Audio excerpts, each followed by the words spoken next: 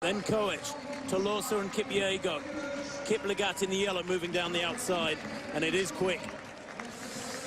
Well, it's not quite as quick as they asked for, but it is 2:40, and that's quick enough, Tim. Obviously, that's 8-minute pace if they were to keep that perfectly on that. I think the way I'm looking at this, though, isn't it? They're gathering, and it looks as though maybe that pace isn't as quick as Kipruto wanted, and he's maybe saying there to Kipsan, come on, push on, get me away from the rest. Look at him looking behind. He's tripping over the pacemaker. He wants to move on here. He's ready to run fast. He's not getting enough help.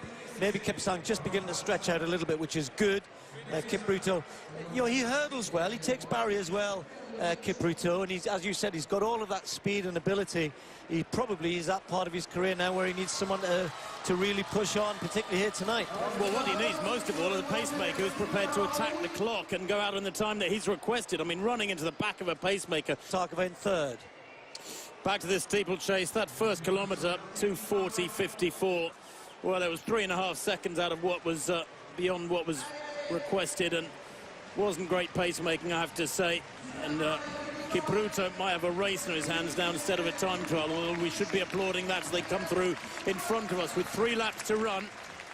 Paul Koech, that little barrel-chested, small stature, in third place.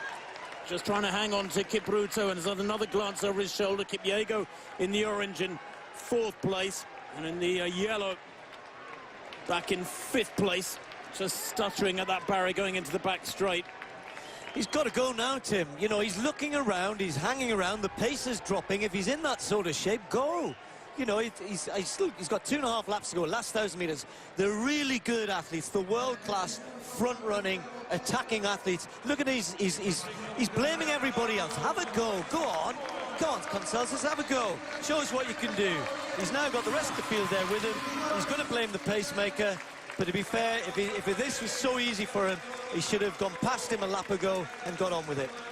Well, I agree, Steve. He's won 4 Diamond Leagues already this summer, each of them at a canter, frankly. If you look at his times through those 4 meetings, 8:05, 8:02, 8:01, and then 8 minutes with just a few hundredths he won in the Birmingham Diamond League a few weeks back. So this, for him, is relatively easy. Goes through in around 6 minutes. He's not going to break 8 minutes tonight, and that's disappointing because the conditions are perfect. It's very, very still. It's a warm evening, 23 degrees centigrade. The pacemaking, I do believe, let him down. But that lap was a 67. I mean, he must know, and of course that's not 400 meters as well. We know we're taking the barriers, the water jumps on the inside. That's why he was shrugging his shoulders, but there's no one to blame. I mean, Koech is not going to do it for him. Kipyego's not going to do it for him. So it's up to him now. He's got to win the race, first of all. And I think maybe that's what he's decided to do, is make this a race, first and foremost, and if you like, a simulation of what he might yet meet in the Olympics. Remember, no pacemakers come the Olympic Games. He's got Paul Koech beside him, who is a fierce flat racer.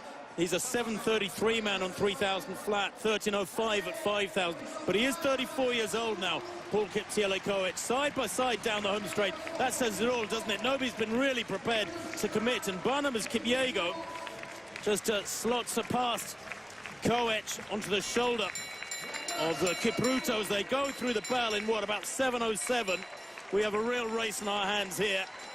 The crowd enjoying this one. They do know their distance running here in Monte Carlo. It's always a feast of great middle distance races this evening, and tonight no exception. Well, the World Junior Champion, the reigning World Junior Champion, of course, World Junior Championship starting next week, so he'll lose that title. But Koech, who can never do well at the Olympic trials, never runs well at altitude, but has always got pace, Tim, and he's going to put Kipruto under some pressure over the last 200 here. Well, you saw Koech there attack, and Kipruto respond immediately. The World Championship silver medalist twice now skips over that water jump into the water, much the taller of the two. 120 to run. Who's got the change of pace here? Because they have turned this into a tactical affair. Kipyego back in third place. He's run out of it now. Kipruto ups the cadence, just eases away from Koech there, makes it look comfortable, almost jogging home there. 3 meters to the good in 8:08. What might have been? Goodness me. One of these days, Venceslas Kipruto, who records his 5th consecutive Diamond League win there in the steeplechase, one of these days he's going to get it right, he's going to get great pacemaking, he's going to attack the distance through that middle and latter section, and he's going to go an awful long way below 8 minutes. He's smiling, I think he's pleased just to have won the race in what was effectively a tactical affair. And with that sort of dominance, Steve, we could well be looking at the next Olympic champion. Remember, Birech didn't get selected from the Kenyan Championships. Very real controversy over that situation in Eldoret last week.